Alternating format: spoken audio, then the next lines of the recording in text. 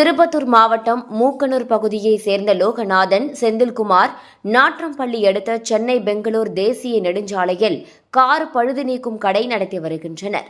அடிக்கடி இவர்களது car shuttle இருந்து பேட்டரிகள் திருடு போவதை அறிந்தனர். இந்த நிலையில் அங்கிருந்த சிசிடிவியில் சோதனை செய்ததில் மர்ம நபர் ஒருவர் பதுங்கி சென்று பேட்டரிகளை திருடுவது தெரியவந்தது.